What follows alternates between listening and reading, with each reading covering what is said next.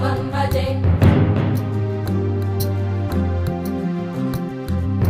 कालभैरवाष्टकं पठन्ति ये मनोहरं ज्ञानमुक्तिसाधनं विचित्रपुण्यवर्धनं शोकमोहदैन्यलोभकोपतापनाशनं ये प्रयान्ति कालभैरवाङ्घ्रिसन्निधिं ध्रुवं काशिकापुराधिनाथ कालभैरवं भजे काशिकापुराधिनाथ कालभैरवं भजे कालभैरवं भजे